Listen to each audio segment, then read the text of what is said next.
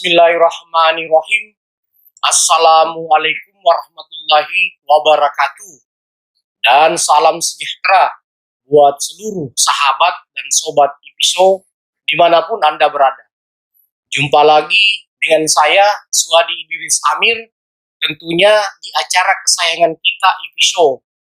Sahabat dan sobat IPSO, pada kesempatan kali ini, saya tampil sebagai Direktur Eksekutif PT Indeks Politika Indonesia, PTIP, lembaga riset dan konsultan politik yang berpusat di Makassar dan di Jakarta. Sahabat dan sobat IPSO, pada kesempatan kali ini, saya ingin memberikan beberapa analisa masukan kepada seluruh partai politik yang menatap 2024, yang menatap pemilu 2024. Kenapa saya ingin memberikan masukan? Karena saya melihat bahwa kehadiran beberapa partai politik dari musim ke musim itu belum efektif kehadirannya, sehingga mereka sulit bersaing dengan partai-partai besar, partai-partai yang sudah mapan di Republik ini. Untuk itu, saya selaku peneliti dan konsultan politik ingin berbagi pengalaman, ingin berbagi ilmu kepada seluruh partai politik yang mungkin membutuhkan masukan-masukan dari lembaga survei dan juga konsultan politik. Sahabat dan sobat IPSO, saya memperhatikan dari mulai 2009 sampai 2019 kemarin, ada beberapa partai politik yang sulit bersaing dan bisa menembus parliamentary threshold karena disebabkan oleh beberapa hal. Saya melihat mulai dari 2009 sampai 2019, ada beberapa partai seperti PKPI, PBB, yang itu sulit menembus parlemen threshold. Kenapa dua partai ini itu sulit menembus parlemen threshold? Karena ada beberapa rangkaian kerja-kerja politik yang belum efektif mereka lakukan. Saya ingin memberikan gambaran dan masukan kepada seluruh partai politik bahwa dalam sebuah pertarungan politik, baik itu pemilu, pilpres maupun pilkada, ada dua rangkaian besar yang harus sangat betul-betul diperhatikan partai politik. Yang pertama adalah popularitas. Kenapa? Karena kehadiran sebuah partai politik, kehadiran seorang calon itu harus populer. Nah, kenapa partai seperti PKPI, PBB, dan Perindo kemarin yang sudah ikut juga kemarin 2019 itu tidak bisa menembus parliamentary threshold PT 4%? Karena dalam kajian saya, popularitas maksimal yang harus dimiliki sebuah partai politik itu belum mereka capai. Dari 2009 sampai 2019, PKPI popularitasnya hanya berputar di angka 40 sampai 65%. Dan PBB pun seperti itu. Hampir semua lembaga survei yang saya kumpulkan data-data riset secara nasional, baik itu dari lembaga-lembaga nasional yang kredibel dari nasional maupun lembaga dari perusahaan kami PTIP, itu kedua partai ini PKPI dan PBB itu belum pernah melewati 65% dari tingkat popularitasnya. Artinya baru maksimal sekitar 65% masyarakat Indonesia mengenal bahwa ada partai yang namanya PKPI dan ada partai yang namanya PBB, walaupun mereka sebenarnya partai lama. Kenapa bisa seperti itu? Artinya kader-kader PKPI, kader-kader PBB belum maksimal mempopulerkan partainya. Saya ingin berbagi pengalaman. Kenapa PDIP, Golkar, P3 Demokrat, PKB, PAN, PKS, Nasdem, dan Gerindra, walaupun diantaranya itu tidak semua partai yang tua, partai tua di sini hanya PDIP, Golkar, dan P3, yang memang sudah produk dari Orde Baru, dan Orde Lama ke Orde Baru, hingga ke Orde Reformasi, itu selalu berada di papan atas, karena mereka itu sejak muncul sudah memenuhi syarat popularitas.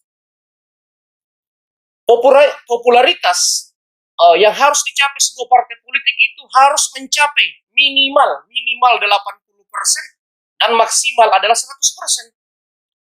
Karena untuk mengejar sebuah angka 1% untuk perhelatan pemilu secara nasional, yaitu untuk bisa mencapai ambang batas suara maksimal, yaitu 4%, saya ingin menggambarkan bahwa untuk mengejar 2% saja, itu sebuah partai politik itu harus memiliki popularitas minimal 50% dan maksimal 75%.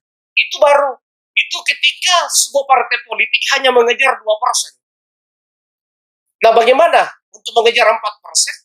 Sebuah partai politik jika ingin bersaing untuk merebut angka 4% atau angka yang dibutuhkan untuk bisa lolos parliamentary threshold, maka popularitas sebuah partai politik itu harus minimal 80% dan maksimal 100%. Karena jika popularitas sebuah partai politik belum menembus angka 80%, maka sangat sulit, saya katakan sangat sulit, bagi sebuah partai politik untuk bisa menembus angka 4% secara nasional atau perhelatan pileg secara nasional. Jadi itu yang perlu sangat diperhatikan. Saya menggambarkan di sini partai-partai yang popularitasnya di atas 80 sampai 97%, baru PDIP, baru Golkar, P3, Demokrat, PKB, PAN, PKS, Gerindra, dan Nasdem. Hanura sudah sampai pada angka 90% karena sudah pernah menembus angka 4% parliamentary threshold. Namun PKPI seperti saya gambarkan tadi, PBB, Perindo itu belum sampai di angka 80%. Artinya ada syarat utama yang belum terpenuhi oleh PKPI, PBB, dan Perindo untuk bisa bersaing merebut angka 4% atau lolos angka parliamentary threshold. Nah, yang paling saya tekankan adalah kepada partai-partai baru. Sahabat dan sobat IPISO, di sini dalam catatan saya ada beberapa partai yang mungkin lagi mencoba keberuntungannya. Apakah bisa lolos menjadi partai politik dan lolos verifikasi?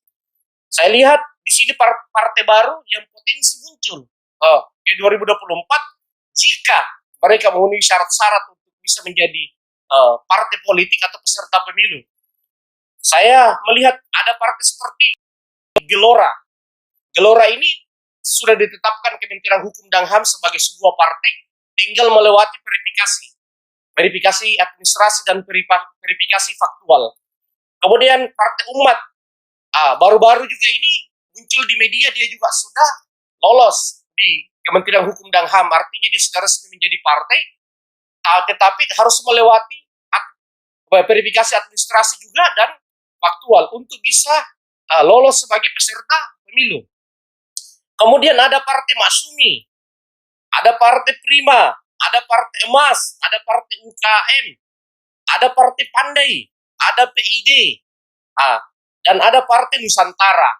Ini semua adalah partai-partai baru yang sahabat dan sobat IPISO perlu ketahui.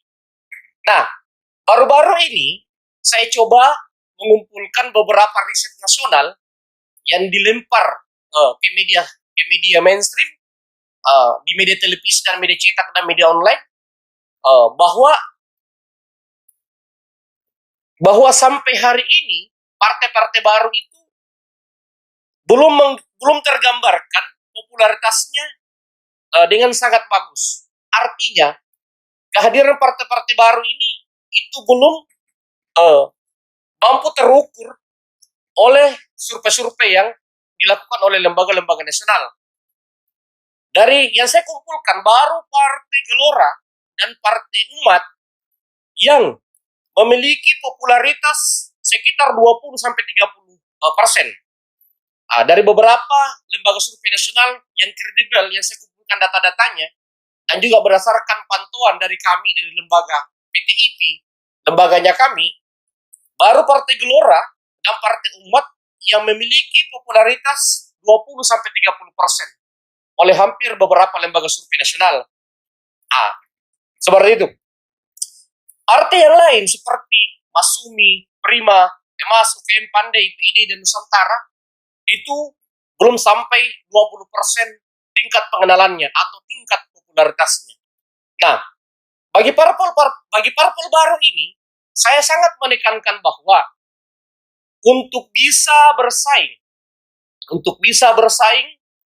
perhatikan dengan seksama bahwa popularitas itu sangat penting. Karena begini, sahabat dan sobat IPSO, bagaimana mungkin sebuah partai akan dipilih oleh masyarakat ketika tidak dikenal? Bagaimana mungkin kita ini akan dipilih? Misalnya kalau kita adalah calon presiden, calon kepala daerah, calon gubernur, calon wali kota, calon bupati, calon legislatif. Bagaimana mungkin masyarakat akan memilih kita jika dia tidak mengenal kita? Nah, artinya popularitas itu adalah sebuah langkah awal dan sebuah tingkatan awal yang harus dilewati oleh semua partai politik jika ingin kehadirannya itu bukan hanya sekedar hadir saja, tetapi memiliki nilai atau memiliki potensi bersaing. Baik, sahabat dan sobat IPSO, itu tingkatan pertama yang patut betul-betul diperhatikan oleh semua parpol. Kemudian ada tingkatan kedua, karena setelah partai politik itu dikenal, maka dia harus mampu meyakinkan masyarakat yang mengenal partai politik ini untuk menyukai kehadiran partai itu. Itu disebut dalam ilmu riset sebagai akseptabilitas atau tingkat kesukaan. Karena begini, untuk bisa dipilih atau sampai kepada tingkatan elektabilitas, maka tingkatan yang harus dilewati yaitu adalah tingkatan akseptabilitas atau tingkat kesukaan. Karena tidak mungkin partai Anda, partai akan dipilih ketika dia tidak disukai. Itu mungkin bisa terjadi ketika kita membeli suara rakyat. Jadi biar partainya kita tidak disukai, kalau caleg-calegnya itu membeli suara rakyat, mungkin saja. Tetapi ingat bahwa ketika syarat pertama itu tidak terpenuhi popularitas, kemudian kita berada pada syarat yang kedua yaitu akseptabilitas. Berapa kemampuan kita bisa membeli suara rakyat? Kemampuan sebuah peserta itu terbatas. Kenapa? Karena persaingannya itu sangat ketat. Di perhelatan pemilu itu ada begitu banyak caleg-caleg. Caleg-caleg itu dari DPR RI, provinsi, kabupaten, kota. Calon legislatif ini itu pasti punya keterbatasan ketika misalnya hanya mengandalkan membeli suara. Artinya setiap calon legislatif itu harus membantu partainya agar partainya dikenal. Itu disebut dengan popularitas dan partainya disukai. Itu disebut akseptabilitas. Jadi tugas kader-kader partai, tugas calon legislatif dari partai-partai itu harus membantu partainya agar partainya bisa dikenal dan disukai. Sehingga kehadiran partai itu disukai, sehingga mereka bisa mengharapkan sebuah tujuan yang utama, yaitu dipilih atau sudah masuk pada tingkatan elektabilitas atau mendapatkan tingkat keterpilihan. Karena kalau sebuah partai itu tidak disukai, maka untuk dipilih itu sangat berat, kecuali mengandalkan uang besar. Nah, itu pun tidak semua calon legislatif itu memiliki kemampuan untuk bisa membeli suara rakyat agar walaupun partainya tidak disukai, tapi karena melihat dia bisa membeli suara rakyat, maka dia dipilih. Itu terbatas yang punya kemampuan seperti itu. Karena dalam sebuah perhelatan pemilu harus kerja kolektif. Kenapa? Karena ketika ada satu calon legislatif yang punya kemampuan membeli suara, tetapi yang lain tidak punya kemampuan membeli suara, artinya dengan hanya satu orang yang mengumpulkan suara, tidak dibantu dengan yang lain, maka tidak dibantu dengan suara partai, maka sangat kecil kemungkinannya dia bisa mendapatkan kursi di setiap dapil di mana mereka bertarung. Artinya, untuk bisa duduk sebagai legislatif, maka tugas utama dari partai politik, kader-kader partai politik, tugas utama dari calon legislatif adalah bagaimana membantu partainya itu populer, bagaimana membantu partainya itu disukai, sehingga partainya berpotensi dipilih. Dan calegnya berpotensi dipilih, berarti partainya berpotensi bisa mendapatkan kursi di setiap dapil di mana mereka bertarung. Sahabat dan sobat IPISO, itu sangat penting. Makanya, kenapa ada partai seperti PKPI, PBB, itu dari musim ke musim itu belum bisa menembus angka 4%. Karena persyaratan yang utama itu tidak terpenuhi, yaitu popularitas dan akseptabilitas. Saya pikir PKPI, PBB, dan juga Perindo ini harus memperhatikan dengan cermat karena mereka ini sudah bertarung, sudah pernah bertarung, artinya sudah ada pengalaman. Seperti itu. Kemudian tentunya setelah ketiga syarat itu terpenuhi, maka yang harus betul-betul diperhatikan oleh partai politik itu adalah pertama, menghadirkan tokoh-tokoh, figur-figur yang populer. Karena partai membutuhkan bantuan dari sosok-sosok yang populer.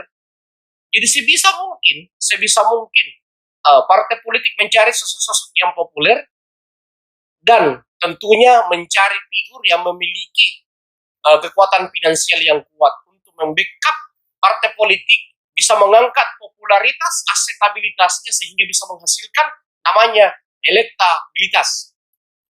Kemudian yang kedua, yang harus betul-betul diperhatikan oleh partai politik setelah melewati tahapan popularitas dan akseptabilitas tadi, untuk bisa memaksimalkan perolehan elektabilitas atau dipilih, kemudian yang kedua yang harus betul-betul diperhatikan adalah jualan politiknya. Partai politik harus mampu mengkanalisasi isu-isu, harus mampu membedah isu-isu yang betul-betul sesuai dengan harapan masyarakat, harapan rakyat. Masyarakat ini membutuhkan seperti apa yang dibutuhkan masyarakat. Masyarakat ini membutuhkan apa, itu harus betul-betul mampu dicermati dan didapatkan data-datanya oleh setiap partai politik. Artinya, partai politik itu harus memiliki lembaga riset.